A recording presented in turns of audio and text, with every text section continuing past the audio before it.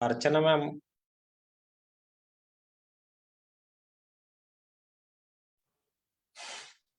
जय जिनेन्द्र।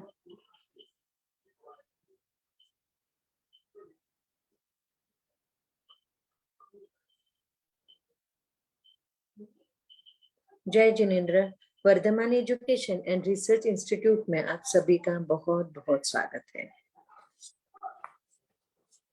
परम पूज्य प्रीति सुधा जी महाराज साहब की सुशिष्या स्वाध्याय प्रेमी पूज्य श्री संयम प्रीति जी महाराज साहब जी एवं सौ शकुंतला जी चोरडिया, इनके मुखारविंद से हम सभी जन अध्ययन कर रहे हैं तत्वार्थ सूत्र, और आज हमारा 44वां क्लास है।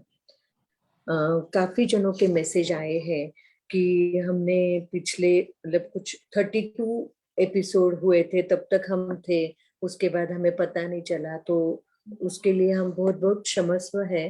पर हमारे सभी एपिसोड यूट्यूब पे भी है और फेसबुक पेज पे भी है।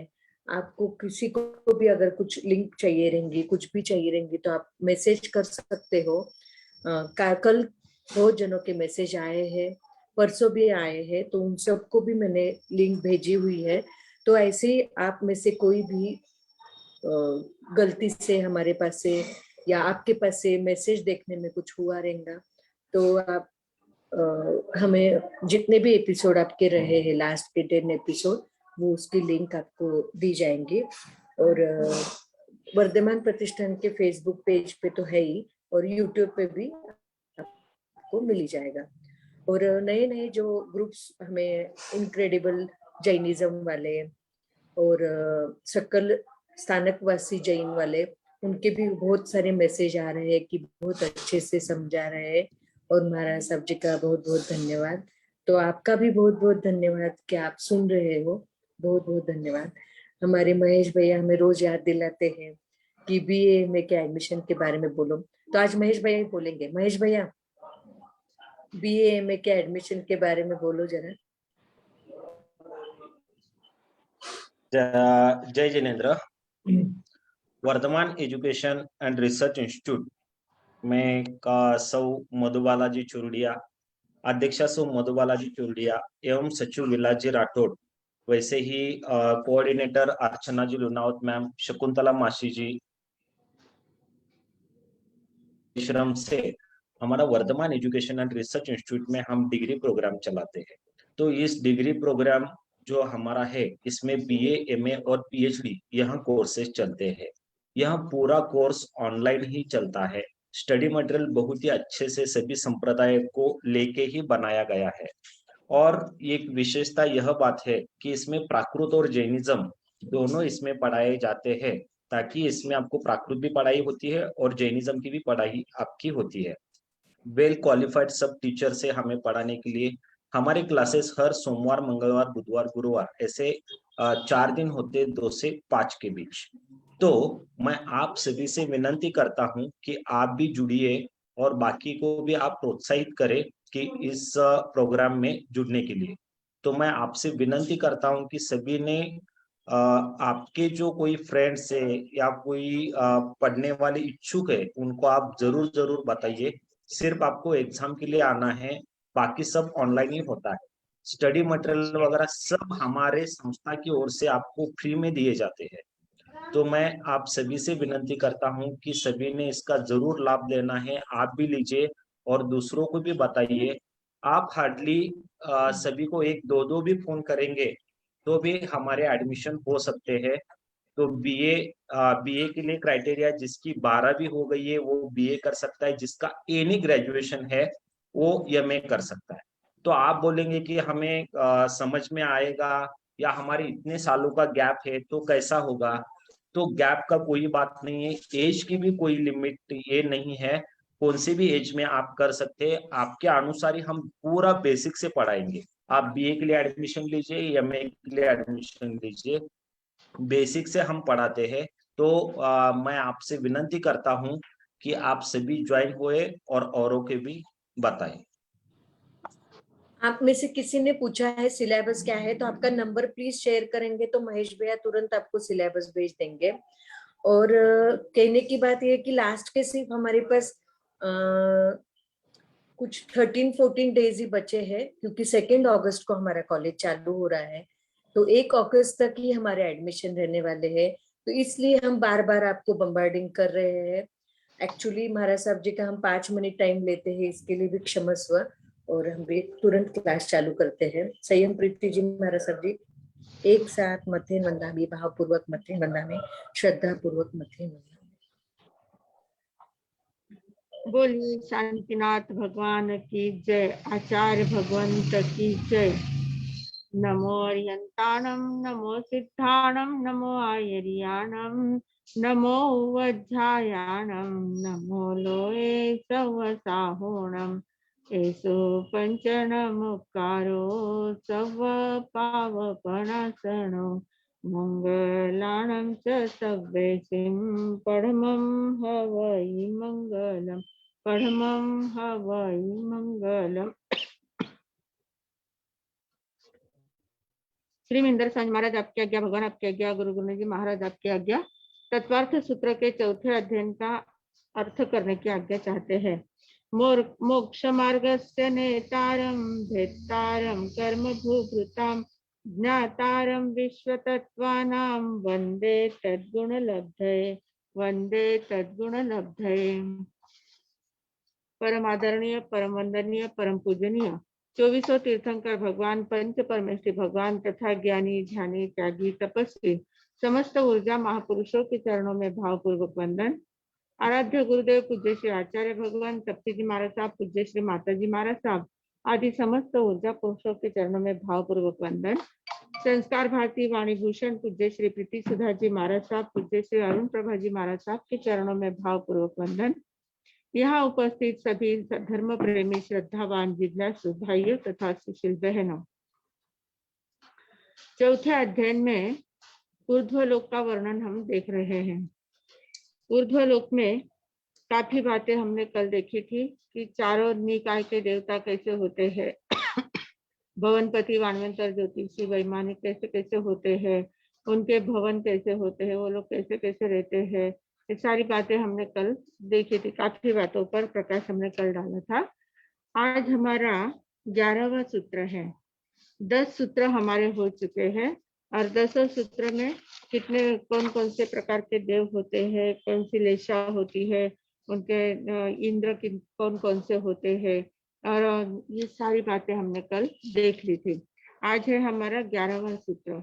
अब 11, 12, 13, 14, 15 ये जो सूत्र है, इन सूत्रों में 11, 12, 13 में सभी इनके नाम बताए गए हैं। जो भवनपति देवता, हम हर बार बोलते कि 10 भवनपति होते, 10 भवनपति होते, कौन से 10 भवनपति है, कौन से व्यंतर देवता है, कौन से ज्योतिष का देवता है, उनके सारे नाम बताए गए हैं। तो इन तीनों सूत्रों में नामों का उल्लेख किया गया है। तो पहला जो 11वां सूत्र है, 11वें सूत्र में कहा है कि भवनवासिनो असुर नाग विद्युत सुपर्णाग्नि वात स्तनितो दधि द्वीप दिक् कुमाराः। इस प्रकार 10 नाम बताए हैं। भवनवासिनो यानी भवनवासी जो देवता है, उनमें असुर, असुर यानी असुर कुमार। अब जो कुमाराः शब्द दिया हुआ है, वो हर एक के साथ कुमार, विद्युत कुमार, सुपर्ण कुमार, अग्नि कुमार, वात कुमार, स्तनित कुमार, उदधि कुमार, द्वीप कुमार और दिशा दिक कुमार, द्वीप कुमार और दिक कुमार, ऐसे 10 भेद उनके आए हुए हैं। अब ये जो भवनपति देव है, इनके पीछे हर एक के पीछे कुमार शब्द क्यों लगाना, कुमार शब्द की क्या आवश्यकता है?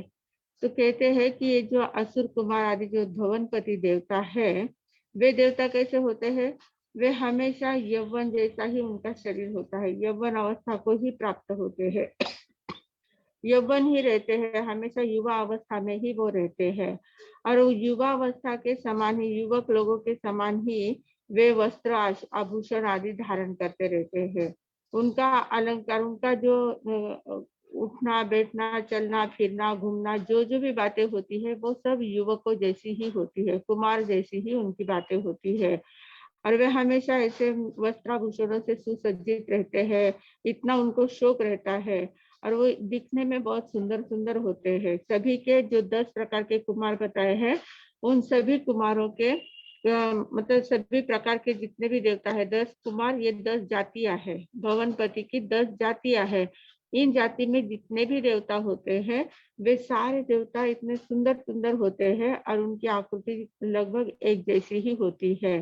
किसी का मुंह खूब सुंदर होता है, मुख सुंदर होता है, किसी के बाहु बहुत सुंदर होते हैं, किसी का वक्षस्थल सुंदर होता है, किसी के पैर सुंदर होते हैं, किसी का कटिभाग सुंदर होता है।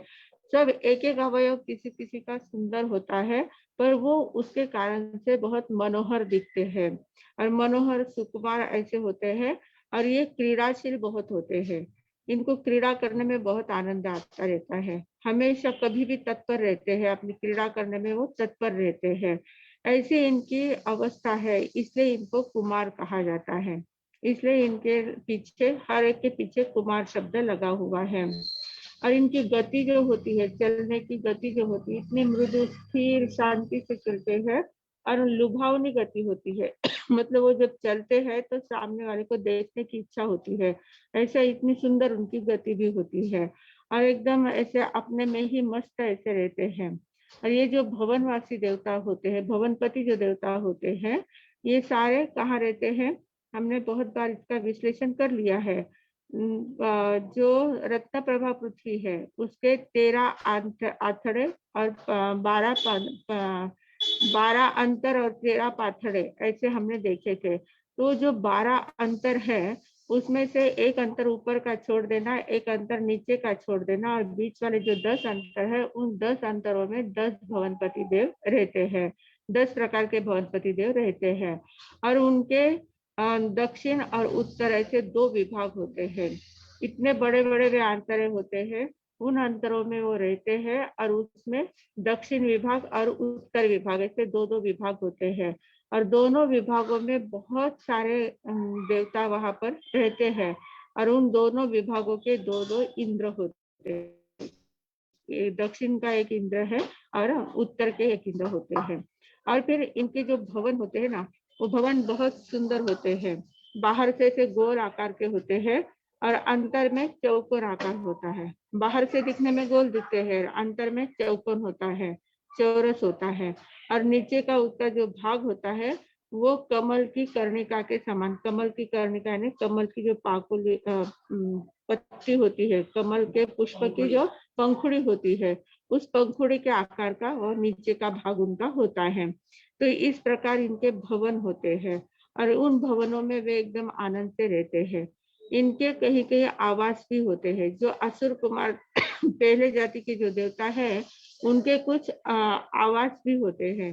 कभी वे आवास में रहते हैं, कभी भवन में रहते हैं। आवास और भवन में क्या अंतर होता है? आवास का अर्थ होता है कि भवनों के बाहर में ऐसे इतने सुंदर छोटे छोटे मंडप डाले हुए होते हैं। उनकी आकृति, शरीर के आकार प्रमाण के हिसाब से मंडप डाले हुए होते हैं, रत्नों से भरे हुए इतने सुंदर मंडप होते हैं वो। तो वो सुंदर मंडप जहाँ होते हैं, बाहर के बाजू में वे होते हैं, उसको आवास कहते हैं। उन मंडपों में भी वे रहते हैं और कभी मंडप में रहते हैं, कभी भवन में चले जाते हैं। जैसा उनको अच्छा लगता है वैसे वो करते हैं, पर वहीं पर उन्हीं स्थानों पर वे रहते हैं, उसके बाहर ऊपर नीचे कहीं पर वे जाते आते नहीं है। ऐसे ये भवनपति देवता होते हैं। फिर आगे है व्यंतर देवता। व्यंतर देवताओं के भी 8 प्रकार हमने देखे थे कल। 8 प्रकार के व्यंतर देवता होते हैं और कल हमने देखे थे कि 16 प्रकार के होते हैं। तो उसमें 8 व्यंतर जाति के होते हैं, 8 वाणव्यंतर जाति के होते हैं। व्यंतर और वाणव्यंतर ऐसे 2 उनके प्रकार होते हैं। तो ऐसे 16 जाति के देवता होते हैं और उनके भी 2-2 इंद्र होते हैं। तो ये जो व्यंतर देवता है, इनका भी उत्पत्ति स्थान नीचे ही है,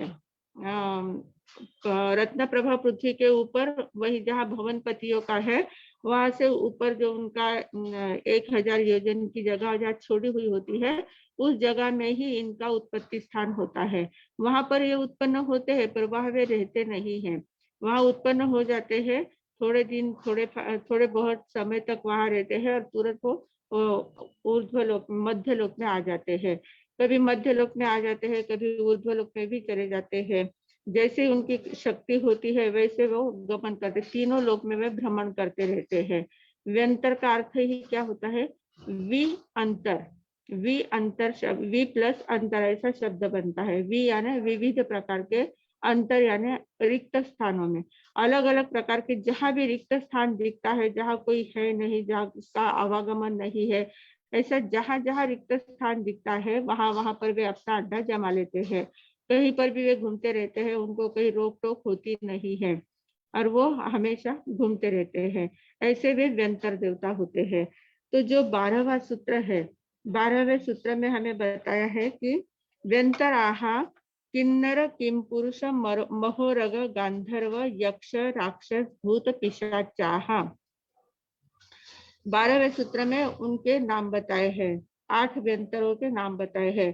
किन्नर जाति के व्यंतर होते हैं, किम पुरुष होते हैं, महोरग होते हैं, गांधर्व, यक्ष, राक्षस, भूत और पिशाच, ऐसे 8 प्रकार के व्यंतर होते हैं। ये जो व्यंतर देव होते हैं ना, इनको ये स्वभाव से ही बालक के समान चपल होते हैं। इनके अंदर इतनी ज्यादा चपलता होती है और कुतूहल प्रिय बहुत होते हैं। चाहे जहाँ वो घूमते रहते हैं, अपने मन से भी गमनागमन करते रहते हैं, तीनों लोक में कहीं पर भी जाते आते रहते हैं। और उनके जो इंद्र होते हैं, उन इंद्रों की आज्ञा के अनुसार भी वे गमनागमन करते हैं। इंद्रों ने अगर कहा कि तुम उस स्थान पर चले जाओ, वहां पर उनका काम करना है, वहां जाओ, उनको मदद करनी है, वहां पर चले जाओ, या उनको तकलीफ देनी है, वहां पर चले जाओ, तो वो जहाँ चाहे वहां जा सकते हैं, आ सकते हैं। ये भी दिखने में सुंदर होते हैं, मनोहर होते हैं। ऐसा नहीं है कि भूत पिशाच यक्ष राक्षस ऐसे बहुत दुष्ट जाति के देवता है, ऐसा नहीं होता है। हमारी कल्पना जो होती है वैसी कल्पना के अनुसार ये नहीं होते हैं।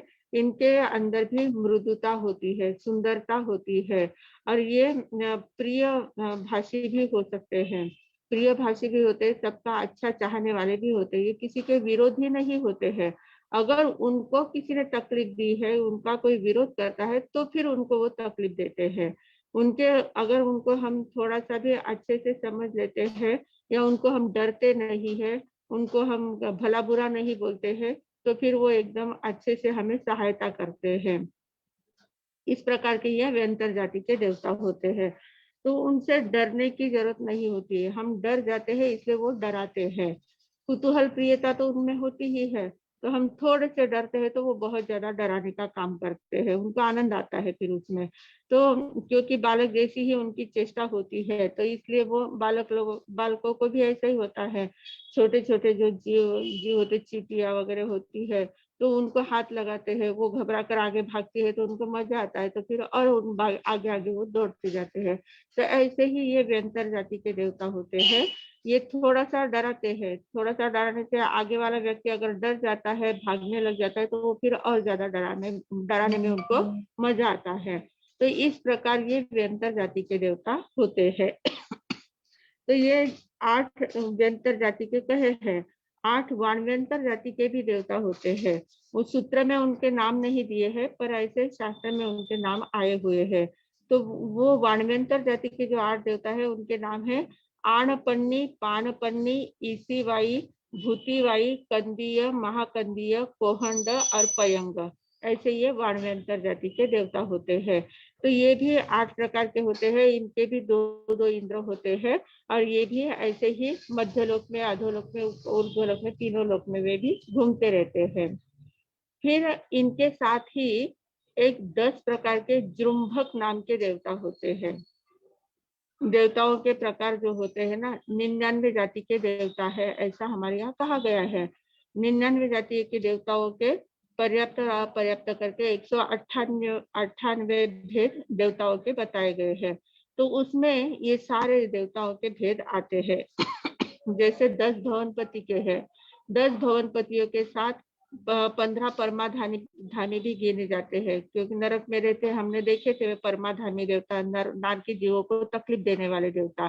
तो ये 25 भवनपति कहे जाते हैं, 10 भवनपति, 15 परमाधामी, फिर 16 वानव्यंतर, 8 व्यंतर, 8 वानव्यंतर, ऐसे 16 व्यंतर होते हैं। और फिर ये 10 जृंभक नाम के देवता होते हैं। जृंभक का अर्थ क्या होता है? ये जृंभक नाम के जो देवता होते हैं ना, ये बहुत सुंदर होते हैं, मतलब इनका भी रूप एकदम मनोहर होता है। और इनके नाम कैसे होते हैं? आन झुंबक, पान झुंबक, लयन झुंबक, शयन झुंबक, वस्त्र झुंबक। जो हमारे पुण्य के नाम आते हैं ना, आन पुण्य, पान पुण्य, लयन पुण्य, शयन पुण्य, वस्त्र पुण्य। तो ये 5 प्रकार के पुण्य के जो नाम है वो 5 प्रकार के जृंबक देवता होते हैं। और उसके आगे है पुष्प जृंबक, फल जृंबक, पुष्प फल जृंबक, विद्या जृंबक और अव्यक्त जृंबक। इस प्रकार इनके 10 भेद होते हैं। पर ये जो 10 जृंबक देवता होते हैं ना, ये क्या करते हैं? ये घूमते रहते हैं। ये इनका घूमने का समय कौन सा होता है? हमारे जो 4 संधि काल होते हैं, संधि काल यानी क्या? सूर्योदय का समय जो होता है, रात्र पूर्ण होती है, रात पूरी हो जाती है, दिन की शुरुआत होती है, उसका बीच वाला जो काल होता है उसको संधि काल कहा जाता है। सूर्योदय के समय, सूर्योदय से पहले पहले का थोड़ा सा समय, जब अरुणोदय हो जाता है वो समय, उसको संधि काल कहते हैं। तो सूर्योदय का समय, फिर सूर्यास्त का समय, सूर्यास्त का समय को भी हम संधि काल कहते हैं। संध्या बोलते हैं ना, संध्या के समय। तो संध्या यानी संधि काल का समय होता है। तो दिन का एंड होता है और रात की शुरुआत होती है, तो वो वाला जो समय होता है उसको संधि काल कहते हैं। तो सूर्यास्त का समय और सूर्योदय का समय, ये दोनों संधि काल है। फिर मध्याह्न का समय, दोपहर में 12 बजे का समय जो होता है, तो 12 बजे का समय भी संधि काल क्यों कहा जाता है? उसमें सुबह का एंड होता है और दोपहर की शुरुआत होती है। सुबह और दोपहर के बीच वाला जो समय होता है वो 12 बजे का आसपास का समय कहा जाता है। और जैसे दिन का संधि काल होता है मध्याह्न, वैसे रात्रि का मध्य रात्रि का संधि काल होता है, रात के 12 बजे का समय। उसमें भी पूर्व रात्रि की पूर्णता होती है, उत्तर रात्रि की शुरुआत होती है, तो वो भी संधि काल कहा जाता है। ये 4 संधि काल के समय कहे गए हैं। और ये चारों संधि काल जो है, ये चारों संधि काल बहुत ज्यादा महत्वपूर्ण होते हैं। इन संधि काल के समय में ये जो जृंबक देवता होते हैं, इनका परिभ्रमण चलते रहता है, ये विचरण करते हैं, लोक में विचरण करते हैं, मध्य लोक में। और वो चारों ओर ऐसे घूमते रहते हैं, अदृश्य अवस्था में रहते हैं, उनका रूप हमें दिखता नहीं है, अरूपी अवस्था में होते हैं। और वो घूमते तो रहते हैं, और घूमने के साथ साथ वे बोलते जाते हैं, हुज्जो हुज्जो ऐसा शब्द बोलते जाते हैं, हुज्जो हुज्जो शब्द बोलते जाते हैं। हुज्जो का अर्थ होता है ऐसा ही हो, यानी जैसे तथास्तु तथास्तु, ऐसा, इस टाइप से वे शब्द बोलते जाते हैं।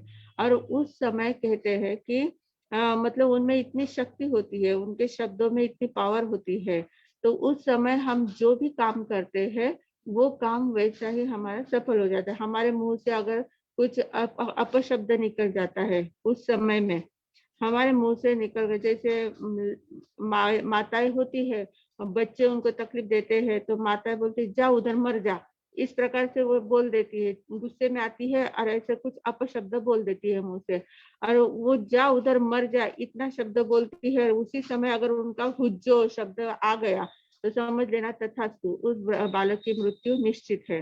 तो ऐसे वो शब्द वहां पर सही होते हैं। इसलिए हमें कहा जाता है कि जो संधि काल का समय होता है, उस संधि काल के समय में कभी भी अपशब्द नहीं बोलने चाहिए। संधि काल में संध्या करनी चाहिए, भक्ति करनी चाहिए, आरती करनी है, पूजा करनी है, या प्रतिक्रमण करते हैं। हम लोगों का प्रतिक्रमण का समय होता है, दोनों समय संधि काल में, सूर्योदय सूर्यास्त के समय प्रतिक्रमण करने का समय होता है।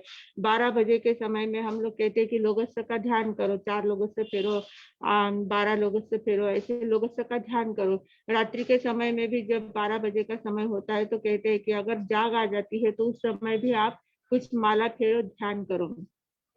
तो संधि काल के समय में अगर हम शुभ बातें करते हैं, शुभ बोलते हैं, तो वो भी तथास्तु होता है, उसको भी हुज्जो हुज्जो कहा जाता है। उस समय हमारे मुंह में अगर निकल गया कि आहा मेरा राजा बेटा बहुत अच्छा आगे बढ़ेगा और वो बेटा डॉक्टर बनने वाला है या इंजीनियर बनने वाला है या आगे कुछ बड़ी पोस्ट पर वो जाने वाला है। इस प्रकार के अगर शब्द हमारे मुंह से निकले हैं तो उस समय भी वो हुज्जो हुज्जो करते हैं तो वो भी बात हमारी सही हो सकती है।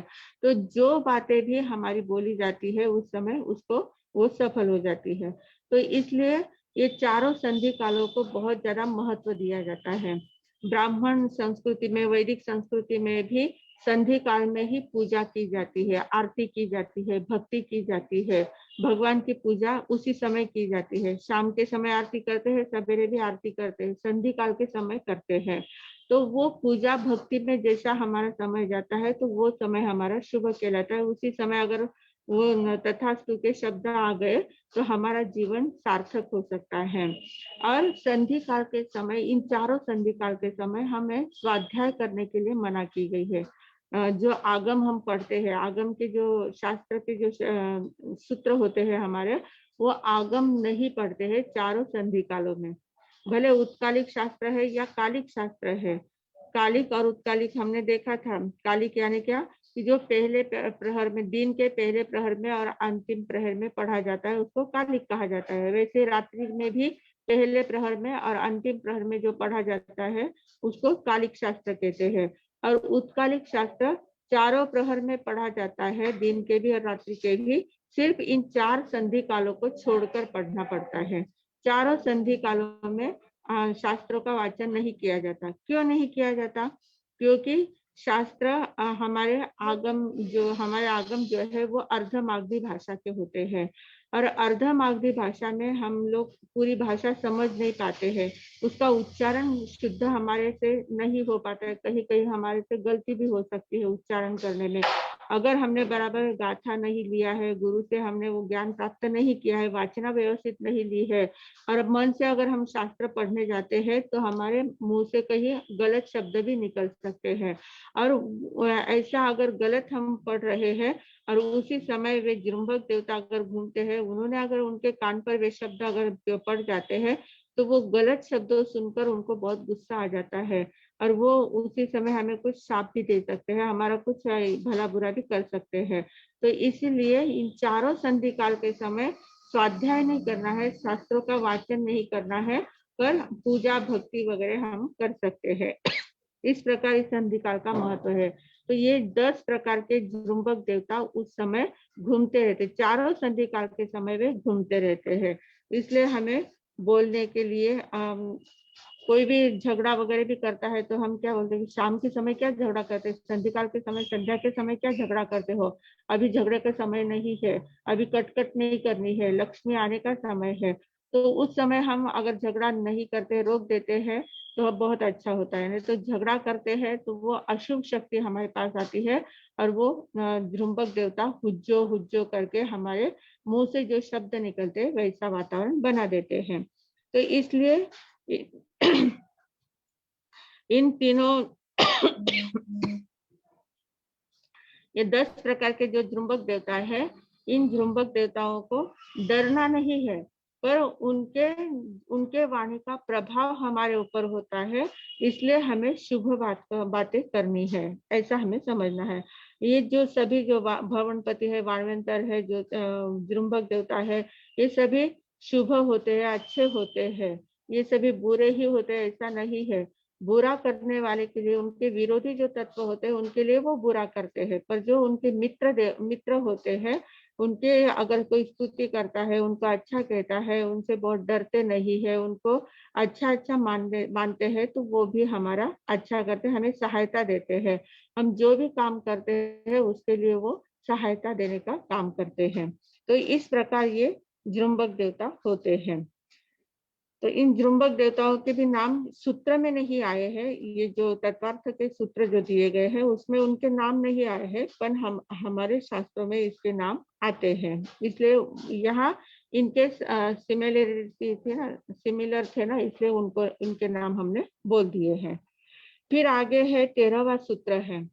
13वें सूत्र में कहा है, ज्योतिष काहा सूर्य चंद्रमसो ग्रह नक्षत्र प्रकीर्ण तारकाश्च।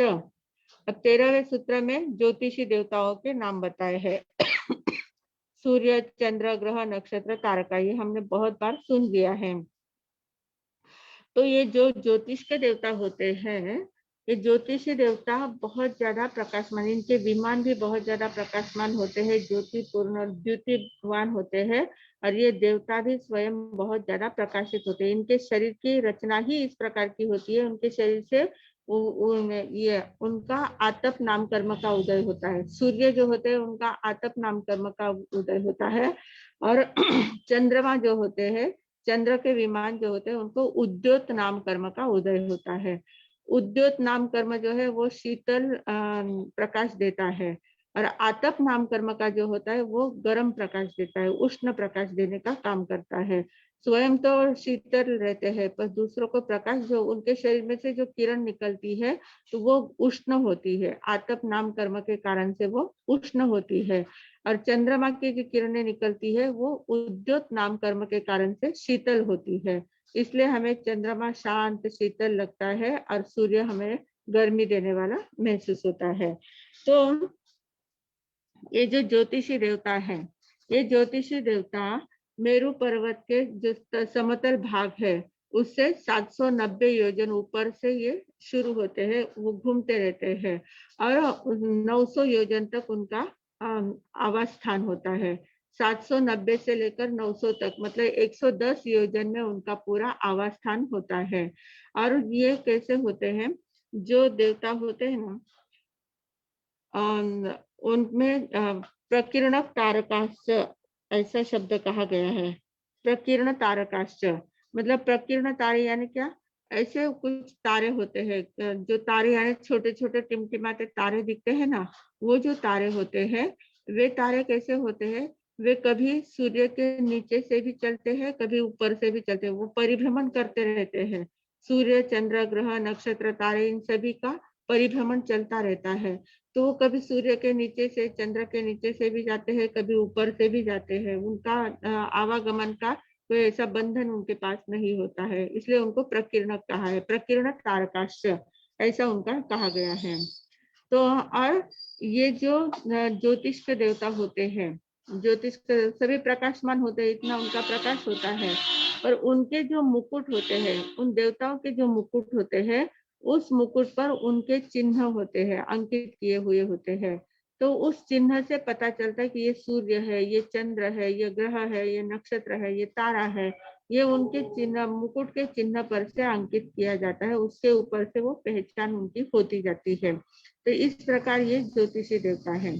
इनकी गति कैसे होती, कहाँ गति करते हैं, तो अगले सूत्र में कहा है कि मेरु प्रदक्षिणा नित्य गतयो नृलोके, मेरु प्रदक्षिणा नित्य गतयो नृलोके, नृलोके यानी मनुष्य लोक, नृ यानी नर, नर यानी मनुष्य। मनुष्य लोक जो है मनुष्य लोक कितना है, 2.5 द्वीप प्रमाण मनुष्य लोक है। तो उस 2.5 द्वीप प्रमाण में मनुष्य लोक में हमेशा गतिशील रहते हैं। और गतिशील भी कहाँ प्रदक्षिणा किसको देते हैं, मेरु प्रदक्षिणा, मेरु पर्वत को प्रदक्षिणा देते हैं। मेरु पर्वत जो इतना बड़ा ऊंचा है, 1 लाख योजन का जो मेरु पर्वत है, उस मेरु पर्वत के चारों ओर वो प्रदक्षिणा देते रहते, घूमते रहते हैं। तो कहते हैं कि ऐसे 2.5 द्वीप में 132 सूर्य और 132 चंद्र होते हैं। 2.5 द्वीप में, पूरे 2.5 द्वीप में 132 सूर्य और 132 चंद्र होते हैं। तो अब ये कैसे 132 कैसे होते हैं, तो लवण अपना जम्बू द्वीप है ना, तो जम्बू द्वीप में 2 सूर्य और 2 चंद्र होते हैं। वे एक पूरी प्रदक्षिणा करने में उनको 2 दिन लगते हैं। एक इधर प्रदक्षिणा करके आता है, दूसरा उधर जाता है, तब यहाँ अंधेरा होता है, उधर प्रकाश होता है, वापिस वो दूसरा आता है, उसका प्रकाश होता है, इधर अंधेरा होता है। वो उनका पूरा चक्र चलता रहता है। तो उनके चक्र के अनुसार ये प्रदक्षिणा करते रहते हैं। तो 132 जो सूर्य और चंद्र है वो कैसे है, तो लवण जम्बू द्वीप के अपने 2 सूर्य और 2 चंद्र है। लवण समुद्र में 4 सूर्य और 4 चंद्र है। लवण समुद्र, जम्बू द्वीप के बाद लवण समुद्र आता है ना, द्वीप और समुद्र ऐसे होते हैं।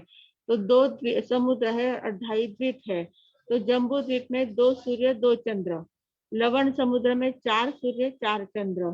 फिर धात्की खंड जो द्वीप है उसमें 12 सूर्य और 12 चंद्र होते हैं, 12 सूर्य और 12 चंद्र होते हैं।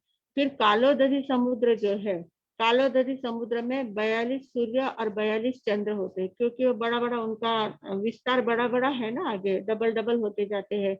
ये 1 लाख योजन है तो 2 लाख योजन, फिर 4 लाख योजन, फिर 8 लाख योजन, ऐसे बहुत बड़ा विस्तार होता है। तो वह सूर्य चंद्र भी भरपूर होते हैं। तो कालोदधी समुद्र में 42 सूर्य और 42 चंद्रमा होते हैं। और पुष्करार्ध द्वीप जो है, पुष्करार्ध द्वीप में 72 चंद्रमा और 72 सूर्य होते हैं। तो इस प्रकार अब 70 जैसे 2 और 4 मिलके 6 हो गए, फिर 12, 18 हो गए, 18 से फिर 42, 18 और 42 कितने हो गए, 60 हो गए, और 60 और 72 मिलके 60 और 72 कितने हो गए, 132, है ना। तो इस प्रकार 132 सूर्य और 132 चंद्रमा, इस प्रकार के 2.5 द्वीप में इतने सूर्य और चंद्रमा होते हैं। और उनके कारण, और एक एक सूर्य चंद्र का परिवार कितना होता है, सूर्य और चंद्र जो होते हैं उनका परिवार यानी ग्रह नक्षत्र तारा। तो एक सूर्य एक चंद्र का परिवार होता है 28 नक्षत्र, 88 ग्रह, 28 नक्षत्र और 88 ग्रह, 88 ग्रह, और 66,975 कोटा कोटि तारे होते हैं। तारे बहुत ज्यादा होते हैं, तारों की गिनती नहीं कर सकते हैं, पर फिर भी यहाँ गिनती दी गई है 66,975 कोड़ा कोड़ी तारे। कोटा कोटि का अर्थ क्या होता है, 1 करोड़ को 1 करोड़ से गुना करना, 1 करोड़ को 1 करोड़ से गुना करना, उसको कोटा कोटि कहते हैं। वो जितनी संख्या आती है उसको, मतलब ये 66,975 करोड़ को 1 करोड़ से वापस गिनना, तो वो जितनी संख्या आएगी उतने तारे रहते हैं। तो एक सूर्य चंद्र का परिवार कितना है, 88 नक्षत्र, 28 नक्षत्र, 28 नक्षत्र, 88 ग्रह यानी 88 ग्रह, और 66,975 कोटा कोटि तारों का उनका परिवार होता है। मतलब यहाँ हमारे यहाँ 2 सूर्य और 2 चंद्र है, तो इनसे डबल 28 से 56 नक्षत्र हो जाएंगे, 88 से डबल ग्रह हो जाएंगे, और 66,975 से डबल तारे हो जाएंगे, कोड़ा कोड़ी। तो इस प्रकार इतना बड़ा परिवार इनका होता है। अब इनका उपयोग क्या होता है, ये घूमते रहते हैं, इनका फायदा क्या है, तो उसके आगे के सूत्र में कहते हैं कि तत्कृतः काल विभागः, तत्कृतः काल विभागः, तत् यानी उनके द्वारा, जो सूर्य ज्योतिषी चंद्र देवता जो है उनके द्वारा, कृतः यानी किया जाता है, क्या किया जाता है, काल विभागः, काल का विभाग किया जाता है। काल उनके द्वारा, काल का परिमाण माना जाता है, क्योंकि वो गतिशील होते हैं। सूर्य चंद्र ग्रह नक्षत्र सभी गतिशील होते हैं, और उस गति के द्वारा काल का विभाग होता है। उसके कारण से हम समय, मुहूर्त, अहोरात्र, पक्ष, मतलब दिन रात, पक्ष, मास, वर्ष, अतीत, अनागत, वर्तमान, संख्यात, असंख्यात काल आदि सभी परिमाण जो होता है वो उनके ग्रह गतिशील होने के कारण से वो परिमाण हम गिन सकते हैं। ऐसा काल की गणना, काल के विभाग बताए गए हैं।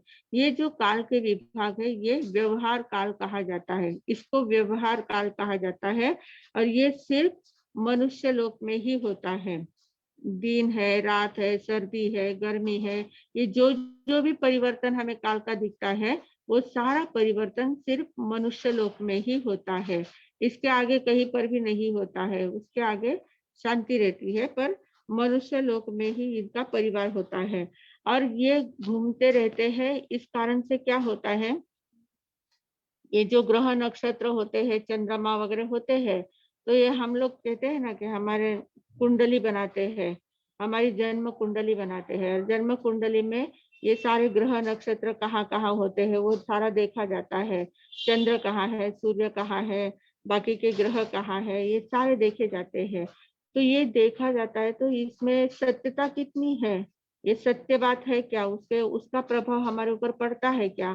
तो कहते हैं कि हाँ पड़ता है, क्योंकि हमारा जो जीवन है, हमारा जो शरीर बना हुआ है, वो पंच महाभूत से बना हुआ है। हमारे शरीर में पृथ्वी, पानी, अग्नि, वायु और आकाश, ये सारे पंच महाभूत होते हैं। और बाहर में वायुमंडल में भी, वातावरण में भी ये पांचों चीजें होती है। पंच महाभूत बाहर भी होते हैं, पृथ्वी, पानी, अग्नि, वायु और आकाश, ये बाहर भी होते हैं और हमारे शरीर में भी होते हैं। और ये जो चंद्र सूर्य जो घूमते हैं, जो ग्रह नक्षत्र घूमते रहते हैं, तो इनका एक प्रकाश होता है, इनका प्रकाश होता है। वो प्रकाश हमारे हमारे साथ कनेक्टेड होता है। अब जैसे ये जो चंद्रमा है, चंद्रमा का पानी के साथ कनेक्शन होता है। पानी का स्वामी चंद्रमा कहा गया है, जल का स्वामी चंद्रमा कहा गया है। तो कैसे जल का स्वामी कैसे होता है? हम लोग देखते हैं सागर में ज्वार और भाटा आता है, ज्वार और भाटा आता है। तो जब पूनम होती है तब ज्वार आता है, भरती आती है, जिसको भरती कहते हैं, मराठी में भरती ओहोटी कहते हैं। तो भरती यानी ज्वार आता है, कब आता है? पूनम के दिन। और अमावस रहती है तब भाटा आता है, तब ओहोटी, पानी पीछे पीछे चला जाता है। मतलब वो जो पानी है, चंद्रमा का प्रकाश जैसे ही आकाश में होता है, चंद्रमा जैसे ही पूरी पूरी तरह से खिला हुआ होता है, पूर्ण चंद्र आकाश में होता है, तो उस चंद्र के प्रकाश से वो जल आकर्षित होता है और आकर्षित होकर वो उछलता है, इतना ज्यादा उछलता है, चंद्रमा की ओर जाने के लिए वो ऐसा उछलता रहता है। तो इसलिए वो उससे प्रभावित होता है, चंद्र से प्रभावित जल होता है, इसलिए वो जल उछलता रहता है। और जब आकाश में चंद्रमा नहीं होता है तो जल भी एकदम निर्माल्य हो जाता है, वो पीछे पीछे हट जाता है, शांत हो जाता है। तो जैसे उस सागर के पानी को चंद्र इतना प्रभावित कर सकता है, तो हमारे भी शरीर में 80% पानी होता है, हमारे शरीर में भी 80% पानी रहता है। तो जो बाहर का चंद्रमा होता है, आकाश में जब चंद्रमा होता है, तो वो चंद्रमा हमारे शरीर को भी प्रभावित करता है, हमारे पानी को, शरीर के पानी को भी प्रभावित करता है। इसलिए बहुत बार अगर आप नोट करेंगे तो ध्यान में आएगा कि जब पूनम का दिन होता है, पूनम का उत्सव होता है, तो उस समय हमारे चेतना ऐसी उत्सव ही चेतना होती है, इतना मन में उत्साह उत्साह होता है, कुछ करने का मन करता है, कुछ कहाँ कहीं जाना है, घूमना है, कुछ करना है, ऐसा मन में बहुत ज्यादा उत्साह आता है। और अमावस की जब रात होती है, अमावस का जब दिन होता है, तब हमारा मन एकदम ऐसा मूडलेस हो जाता है, मंद हो जाता है, मरगड़ आ जाती है हमारे अंदर, कुछ करने का इच्छा नहीं होती है, अनुत्साही हमारा मन हो जाता है। तो मन ये चंद्रमा का कारक है। तो मन का और चंद्रमा का बहुत ज्यादा संपर्क आता है, जल से, जल के कारण वो जल, मन और चंद्रमा, इन तीनों का बहुत ज्यादा संबंध आता है। इसलिए पूनम के दिन हम लोग बहुत ज्यादा उत्साह में रहते हैं। तो उस उत्साह में कुछ अनर्थ ना कर बैठे, इसलिए हम लोग पक्षी के दिन साधना करते हैं, धर्म ध्यान में जीवन बिताते हैं कि हमारे द्वारा कुछ अनर्थ ना हो जाए। हमारा मन बहुत ज्यादा उत्साही हो गया तो कहीं के कहीं उल्टे सीधे काम ना कर ले, इसलिए उस दिन हमें शांति रखने के लिए, समता में रहने के लिए धर्म ध्यान किया जाता है, तपश्चर्या की जाती है। और अमावस्या के दिन भी हम इतने ज्यादा डिप्रेशन में चले जाते हैं, मतलब डिप्रेशन में जाने जैसे हमारी अवस्था हो जाती है, इतने उदास हो जाते हैं, उदासी छा जाती है मन में। तो उदासी के कारण भी हम कुछ अनर्थ ना कर बैठे, इसलिए अमावस्या के दिन भी हमें तपश्चर्या करनी होती है, धर्म ध्यान करना होता है। तो धर्म में जब हमारा मन लग जाता है तो मन में थोड़ा सा उत्साह बना रहता है। तो इस प्रकार ये चंद्रमा, ये जो ग्रह नक्षत्र होते हैं, इनका प्रभाव हमारे शरीर के ऊपर, हमारे मन के ऊपर, हमारे कर्मों के ऊपर भी पड़ता है, शुभाशुभ कर्मों के ऊपर भी इनका परिणाम होता है। तो परिणाम होता है, बात सही है, पर उसको, उसी को हमें सब कुछ जानने लेना है, सब कुछ वही है, मतलब उसी के अनुसार करना। महाराज साहब ने कह दिया है कि ग्रह नक्षत्रों का परिणाम हमारे जीवन पर पड़ता है, हमारे कर्मों पर पड़ता है, तो चलो फिर कुंडली के आधार पर ही हम अपना जीवन पूरा व्यतीत करेंगे। फिर कोई जो कुंडली के जानकार है उन्हीं को सिर्फ बताना और वो जैसा कहेंगे वैसा ही करना, इतनी ज्यादा अंधश्रद्धा भी नहीं रखना है। सिर्फ हमें ध्यान में ले लेना है कि उस का प्रभाव भी हमारे जीवन पर पड़ता है, क्योंकि पिंड, हमारा शरीर जो है उसको पिंड कहते हैं, और ये सारा ब्रह्मांड है। ब्रह्मांडे ते पिंडे, जो ब्रह्मांड में है वह हमारे पिंड में भी होता है। ब्रह्मांड में पंच महाभूत है, हमारे पिंड में भी पंच महाभूत होते हैं, तो उसका प्रभाव एक दूसरे के ऊपर पड़ता रहता है। तो उस कारण से हमें सिर्फ बातों को ध्यान में ले लेना है और ज्यादा से ज्यादा धर्म ध्यान करना है। धर्म ध्यान करके हमारे मन में स्थिरता लानी, समभाव लाना है, और बहुत ज्यादा उत्साह से भी नहीं भर जाना है और बहुत ज्यादा उदास भी नहीं होना है। मध्य स्थिति में हमें रहना आना चाहिए। इसलिए धर्म ध्यान की परंपरा है। इसीलिए पक्षी के दिन कुछ उपवास करना है, रात्रि भोजन का त्याग करना है, कंदमूल का त्याग करना है। ये जो भी बातें कही जाती है, ये इसी कारण से कही जाती है कि कहीं हमारे द्वारा कुछ अनर्थ न हो जाए। तो इस प्रकार तत्कृतः काल विभाग, काल का विभाग करने वाले ये ज्योतिषी चक्र होते हैं। अब आगे का जो 16वां सूत्र है, उस 16वें सूत्र में क्या कहा है? बहिरवस्थिताः, बहिहि अवस्थिताः। बहिहि मतलब ये चंद्रमा, जो ज्योतिष का देवता है, ये दो प्रकार के होते हैं। एक गतिशील होते हैं और एक स्थितिशील होते हैं। गतिशील ढाई द्वीप में है, जितने ढाई द्वीप में चंद्रमा है। अब जो हमने चंद्रमा गिनाए थे, जम्बू द्वीप के 2-2, लवण समुद्र के 4-4, धात्की खंड द्वीप के 12-12, कालोदधी समुद्र के 42-42 और पुष्कराध द्वीप के 72-72, तो वो सारे जो चंद्रमा सूर्य जो होते हैं, वे सभी उन 5 मेरु पर्वतों की प्रदक्षिणा करते रहते हैं। 5 मेरु पर्वत है ना, हमने देखे थे 5 मेरु पर्वत है, तो 5 मेरु पर्वतों की वो प्रदक्षिणा करते रहते हैं। इसलिए वो चर है, गतिशील है। 5 ये सभी चंद्रमा 132 सूर्य 132 चंद्रमा जो है, ढाई द्वीप में रहने वाले सभी गतिशील होते हैं। पर ढाई द्वीप के बाहर भी असंख्यात द्वीप समुद्र है, असंख्यात द्वीप समुद्र है, वहां पर भी असंख्यात चंद्रमा रहते हैं। यहाँ से ज्यादा ही आगे आगे रहते जाते हैं, बढ़ते जाते हैं। पर वे सारे कैसे होते हैं? स्थित होते हैं। बहिर अवस्थित, बहिर यानी मनुष्य लोक के बाहर जो भी सूर्य चंद्र है, जो भी ज्योतिष देवता है, वे सारे स्थित होते हैं, स्थित प्रज्ञ होते हैं। वे हिलते नहीं, डुलते नहीं, कुछ नहीं करते हैं, जहां पर है वहीं पर रहते हैं। उनका गमन नहीं होता है, गति उनमें नहीं होती है। और इस कारण से क्या होता है? उनकी गति नहीं होती है, तो फिर जहाँ दिन है, जहाँ सूर्य का प्रकाश है, वहां प्रकाश ही प्रकाश हमेशा के लिए दिन ही रहेगा। जहाँ अंधेरा है, जहाँ सूर्य नहीं है, वहाँ अंधेरा तो अंधेरा ही रहेगा। इस प्रकार कभी सूर्य, कभी दिन है, कभी रात है, ऐसा भेद वहां पर नहीं होता है। दिन तो दिन है, रात तो रात ही रहेगी। वहां न कभी ग्रहण लगता है, क्योंकि राहु केतु कोई घूमते ही नहीं है। कोई भी ग्रह घूमता नहीं है, तो कोई किसी को ग्रहण नहीं लगाता है, कोई किसी को बाधा नहीं पहुंचाता है। जो जहां पर है वहां पर स्थित है, उनमें कोई फर्क नहीं पड़ता है। इस प्रकार बहिरवस्थित हम, जैसा वहां का वातावरण है वैसा ही वो बना रहता है, उसमें कोई अंतर नहीं आता है। तो इस प्रकार आज हमने 16 सूत्र देख लिए हैं, 16 सूत्र तक देखा है।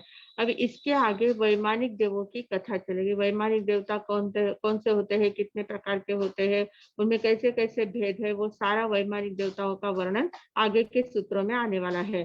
तो आज हमने 3 निकाय तक, भवनपति, वानवंतर, ज्योतिषी, इन तीनों के पूरे भेद देखे हैं, पूरे इनके कार्य देखे हैं, कार्यकलाप देखा है, और उनके कारण से कैसे काल परिभ्रमण होता है, काल का विभाजन कैसे होता है, वो व्यवहार काल कैसा होता है, और एक निश्चय काल होता है। बाहर में जो है, मनुष्य लोग के बाहर जो है वो निश्चय काल है, वहां पर काल का परिवर्तन नहीं होता है।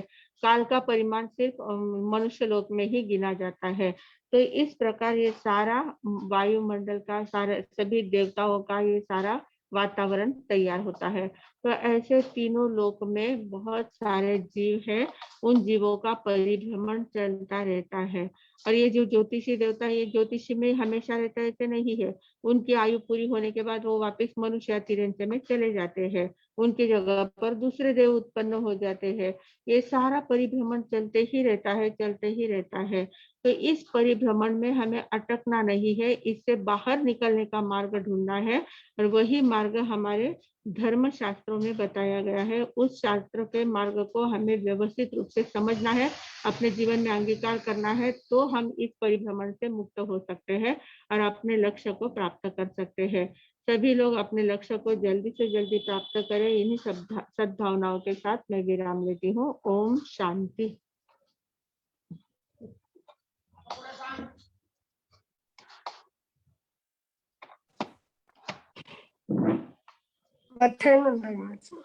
हाँ दया।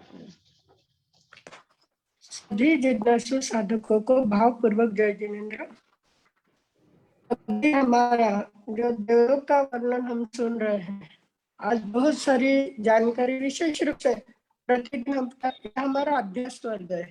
तो अभ्यास में कितनी सारी बातें जो सूत्र में आई हुई है, उसका विश्लेषण हमारे सबने बहुत सुंदर तरीके से किया है और बहुत सारी बातों की जानकारी हमें हुई है। आज जो 4 निकाय देव है,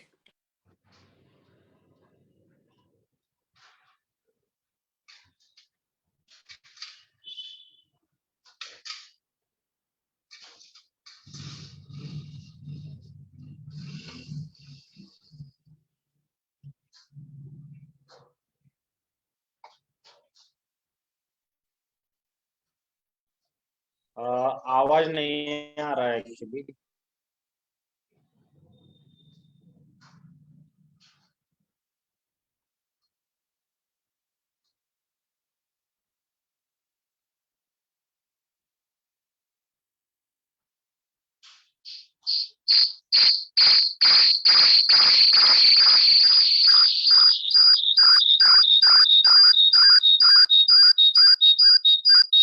आशीष जी का आवाज नहीं आ रहा है ना? नहीं ना, आवाज नहीं आ रही। शायद कुछ तो डिस्कनेक्ट हुआ है, ऐसा लग रहा है। हाँ, तब तक प्रश्न ले लेते हैं। हाँ, तब तक प्रश्न लेते हैं। चंचल मासी जी।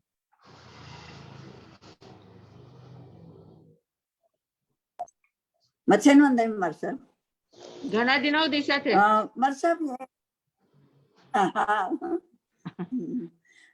मर साहब जी का व्यंतर आणि व्यंतर देवता है, इराने सम्यक्ती देव रेवे कई? सम्यक्ती देव ईरा में ज्यादातर नहीं रहते, कभी कभी रह नहीं, सकते हैं।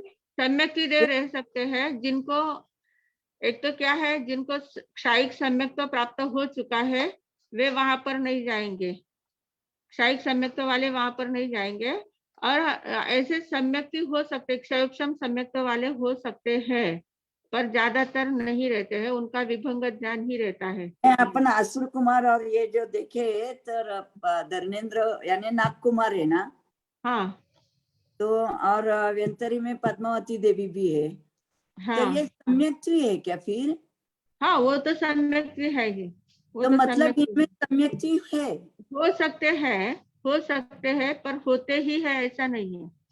सम्यक्ति हो सकते हैं, नहीं भी होते, ऐसा भी नहीं है। हाँ, हाँ, हाँ, होते भी है, नहीं भी होते हैं। हाँ, अगर और जो सम्यक तो लेकर गए हैं, सम्यक तो प्राप्त होने से पहले ही उन्होंने ये भाव बांध लिया है, व्यंतर देवता का या भवनपति का आयुष्य का बंध उनका पड़ गया है, तो वो जा सकते हैं। मतलब ये सूर्य चंद्र जो परिभ्रमण करते हैं, तो वो उनका वैक्रिय वैक्रिय जो शरीर है, उन लक्ष्य से वो परिभ्रमण करते हैं क्या? अपने को जो व्यवहार में अभी सूर्य चंद्र दिख रहे हैं, वो रियल में जो हमें दिख रहे हैं ना, वो सारा विमान, वो उनके विमान होते हैं। जो हमें वो दिखते हैं वो सारे विमान है, और उनका स्वभाव ही गतिशील है। गतिशील स्वभाव है, इसलिए वह स्वाभाविक उनकी गति चल रही है, वो तो वैक्रिय शरीर के कारण नहीं। विमान घूम रहे हैं कि सूर्य चंद्र घूम रहे हैं? विमान घूम रहा है, विमान विमान फिर घूम ये रहे हैं, विमान और देवता ग्रह होते हैं। सूर्य चंद्र जो दिख रहे हैं हमें वो विमान है, सूर्य का विमान है, चंद्रमा का विमान है। उसमें रहने वाले देवता जो होते हैं वे अनेक देवता उसमें रहते हैं। ऐसा नहीं कि एक सूर्य में एक ही देवता है, ऐसा नहीं हाँ। होता है। सूर्य में अनेक देवता, सूर्य का विमान है, उस विमान में अनेक देवता रह सकते हैं। और वो देवता अनेक प्रकार के देवता रह सकते हैं। उनके मुकुट में जिसका चिन्ह होता है, सूर्य का विमान में अगर रहने वाले देवता है तो उनके मुकुट में सूर्य का चिन्ह होता है। चंद्रमा के इसमें चंद्रमा के देवता के मुकुट में चंद्र का चिन्ह होता है। ग्रह नक्षत्रों का ग्रह नक्षत्र का चिन्ह होता है। उनके उनके अपने अपने चिन्ह होते हैं, उससे वे देवता पहचाने जाते हैं। पर वे देवता उस विमानों में रहने वाले देवता होते हैं। तो फिर ये ग्रहण वगैरह जो होते हैं, हाँ, सूर्य ग्रहण, चंद्र ग्रहण, ये सब इनके परिभ्रमण के कारण ही होते हैं क्या? फिर परिभ्रमण के कारण एक दूसरे के बीच में आ जाते हैं ना, तो इसलिए हमें लगता है उनको कोई तकलीफ नहीं होती है, सूर्य को कोई फर्क नहीं पड़ता है। बीच में सिर्फ चंद्रमा आ गया, राहु केतु आ गया तो हमारे यहाँ अंधेरा दिखता है, हमें लगता है कि ग्रहण लग गया है। सूर्य को कोई फर्क नहीं पड़ता है, उसके नीचे से वो चल रहे हैं। उनके नीचे यहाँ सूर्य है, सूर्य का प्रकाश है, यहाँ अगर राहु आ गया है हाँ, तो यहाँ अंधेरा आ जाएगा थोड़ा सा। तो हमें लगता है कि वो ग्रहण लग गया है और सूर्य को ग्रहण हो गया है, ऐसा हम लोग, हमारी मान्यता है। वो सूर्य को वास्तव में ऐसा कुछ नहीं लगता है, उनके उसके ऊपर कोई असर नहीं होता है। अच्छा, वो तो अपने छाया, इनकी छाया पड़ती है उनके ऊपर। हाँ, उनके छाया के बीच में सूर्य के किरणें जो होती है उसके बीच में वो ग्रह आ गया, इसलिए हमें अंधेरा दिख रहा है। उनको कोई फर्क नहीं पड़ता, उनकी तो किरणें पड़ ही रही है, उनकी किरणें उसके ऊपर पड़ रही है। तो हमारे साहब ढाई द्वीप ने अपना भारत देश में भरत क्षेत्र है, भरत क्षेत्र में भी ये जो अपना अभी जो वर्ल्ड है, तो कहाँ खंडग्रास रहता है, कहाँ ये हाँ, तो फुल अब रहता है। इतना बड़ा क्षेत्र होता है ना, तो इतने बड़े क्षेत्र में अब जैसे वो बीच में आ जाता है, ग्रह आ गया है, तो एक जैसा सभी और अंधेरा नहीं होगा ना। अब वो सूर्य का प्रकाश इतना ज्यादा होता है, उसमें छोटा सा ग्रह बीच में आ गया है, तो फिर कहीं छोटा सा भाग थोड़ा सा अंधेरा होगा, कहीं पूरा अंधेरा होगा, कहीं आधा अंधेरा होगा। हाँ, तो जैसे खंडग्रास। वैसा वैसा वो ग्रहण कहा जाता है। तो फिर ये नाम हमने दिए उनको, हाँ, खंडग्रास, वो नाम सब खंडग्रास। हमने दिए हुए हैं, हमने नाम दिए, हमारे यहाँ जैसा दिखता है वैसा हम नाम देते हैं। अच्छा, मथे नंदे सब। हाँ जी। धन्यवाद चंचल मासी जी। इन्होंने बीए में अभी जैन ब्रह्मांड विज्ञान पढ़ा था, वैसे ही आगे अभी एमए में एडमिशन हो गया है इनका। तो उसमें जैन दृष्टि से लोक संरचना यह विषय है आपको, तो उसमें भी और क्लियर हो जाएगा।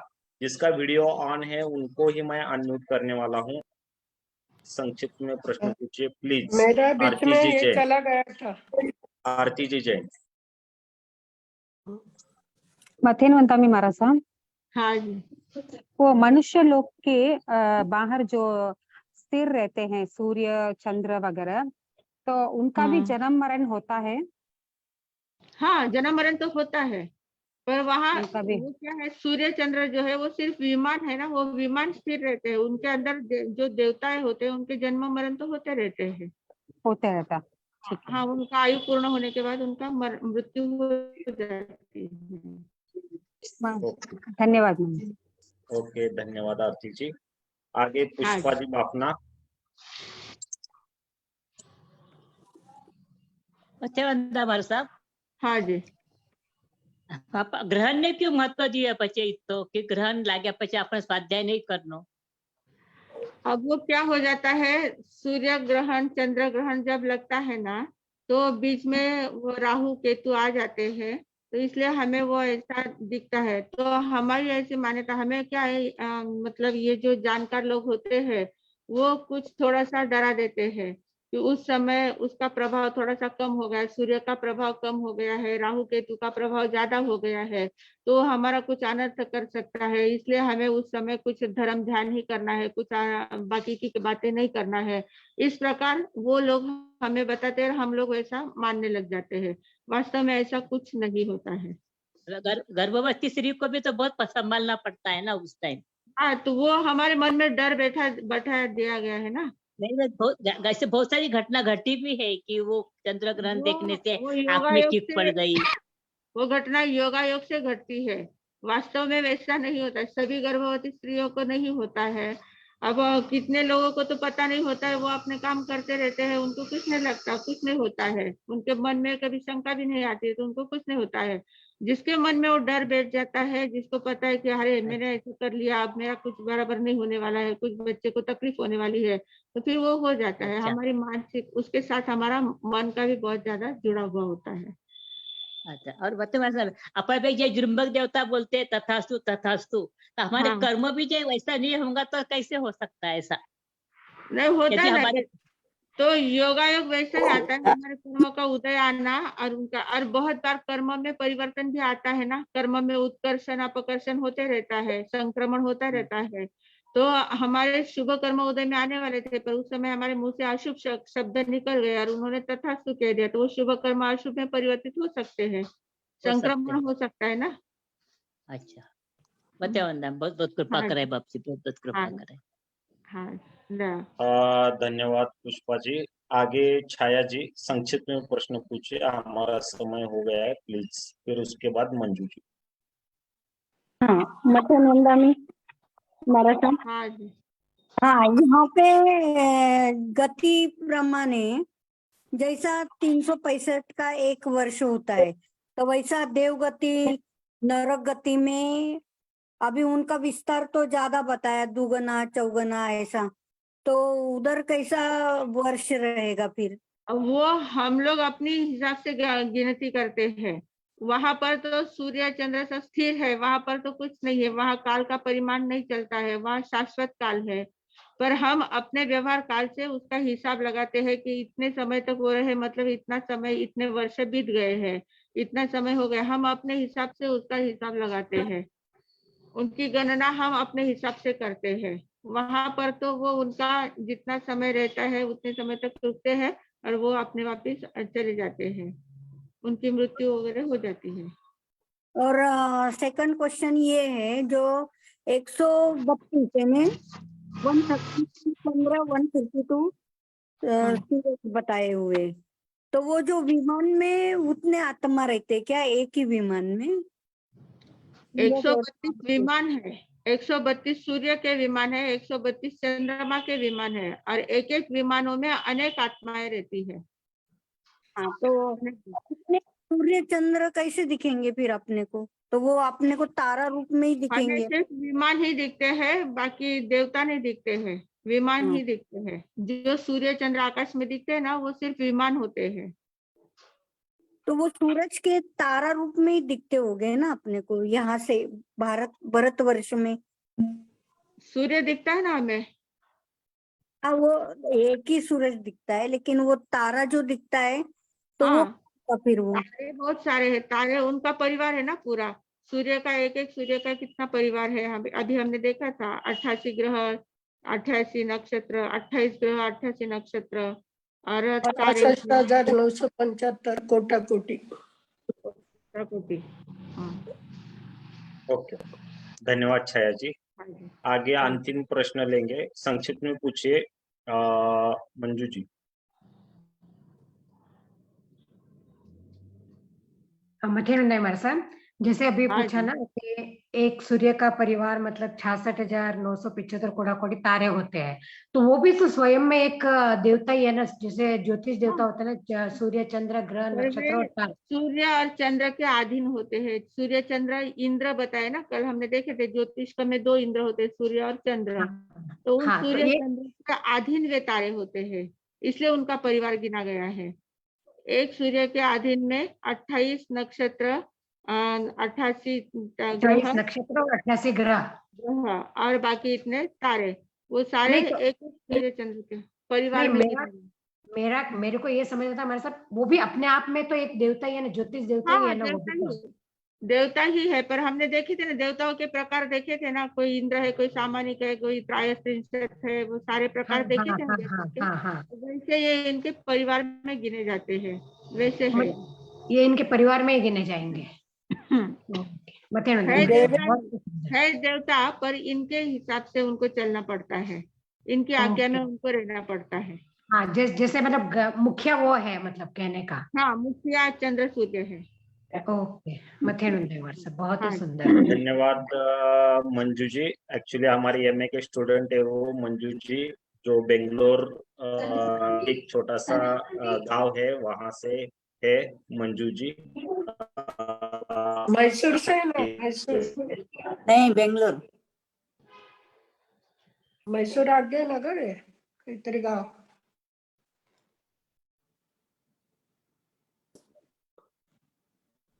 मेरा नेट चला गया था हाँ, मैसूर के पास। ओके, मैसूर के पास।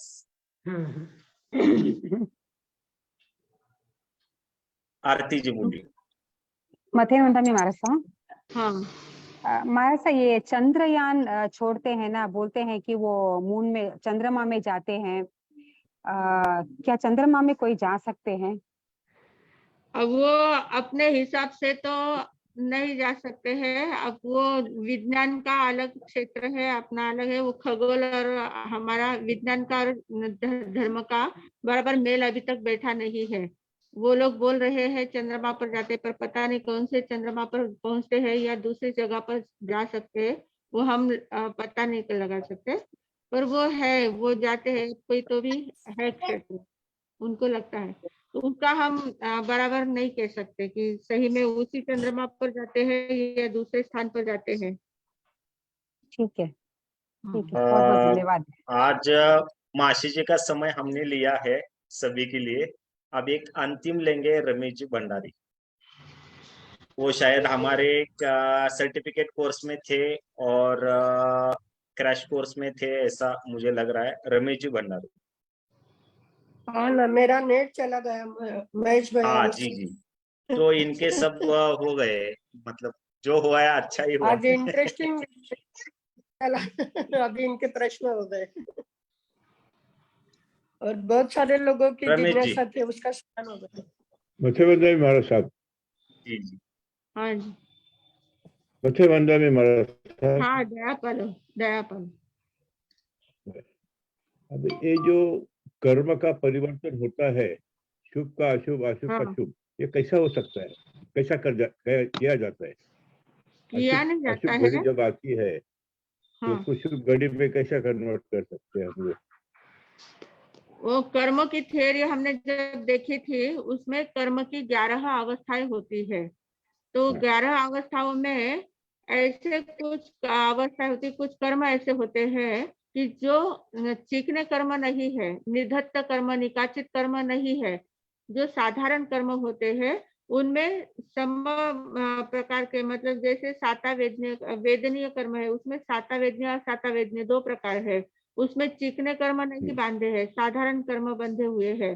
तो जब सातावेदनीय के बंधे हैं, पर हमारे मन में ऐसे कुछ अशुभ विचार आ गए हैं, उस अवस्था में, उस समय हमारे मन में कुछ अशुभ क्रिया हमारे द्वारा हो गई है, तो वो जो शुभ कर्म बंधे थे वे अशुभ सातावेदनीय के असातावेदनीय में परिवर्तित हो सकते हैं।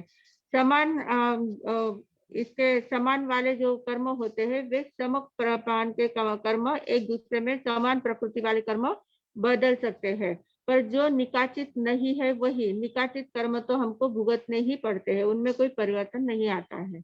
यानी वो टाइम अपने मन में जो भाव रहते हैं वो हिसाब से साता वेदने का ट्रांसफॉर्मेशन हो सकता है।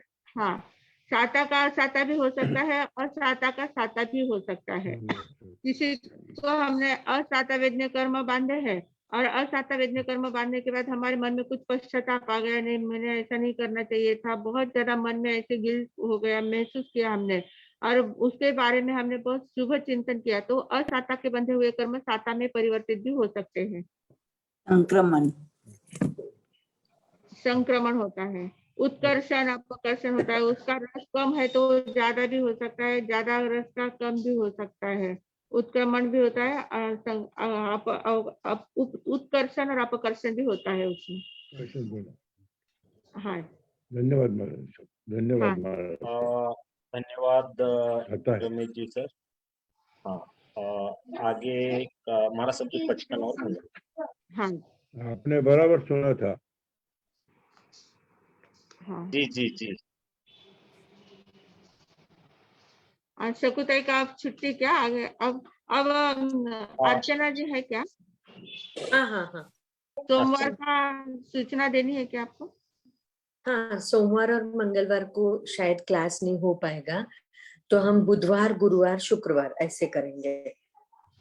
वर्धमान प्रतिष्ठान जहाँ पे हमारा सब जी विराजमान है, वहां पे हमने शाम को एक प्रोग्राम रखा हुआ है यंगस्टर के लिए और यंग चाइल्ड बच्चों के लिए। तो वो प्रोग्राम का टाइमिंग भी सेम मैच हो रहा है, तो इसलिए हम आप सभी से रिक्वेस्ट करते हैं कि बुधवार, गुरुवार, शुक्रवार ऐसे आप सभी जन आएंगे तो हमारा मिस भी नहीं होगा, वो भी कंप्लीट हम कवर कर पाएंगे। तो आप सभी को चलेगा? Wednesday, Friday, Wednesday, Thursday, Friday. बहुत बहुत धन्यवाद। चलेगा। मैम, वो अभी बेंगलोर से विमला जी बापना है, उनका भी फोन आया था, उनको बीए के लिए लेना है, पर वो बोल रहे 10वीं और 12वीं के डॉक्यूमेंट्स ही नहीं है उनके पास।